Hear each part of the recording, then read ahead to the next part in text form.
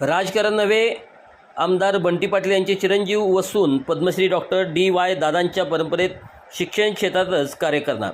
स्वागत समारंभावेळी पत्रकारांशी अनौपचारिक चर्चेचा सूर. मुंबई.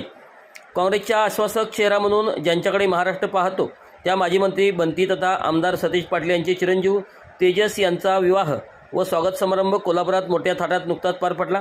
त्यानंतर आज मुंबईतील पत्रकारांसाठी वानखेडे स्टेडियममधील MCA लॉन्स येथे स्वागत समारंभ आयोजित करण्यात आला. यावेळी आमदार सतीश पाटील, माजी आमदार ऋतुराज पाटील यांनी आपुलकी व अस्तेवाईकपणे पत्रकारांचे स्वागत केले.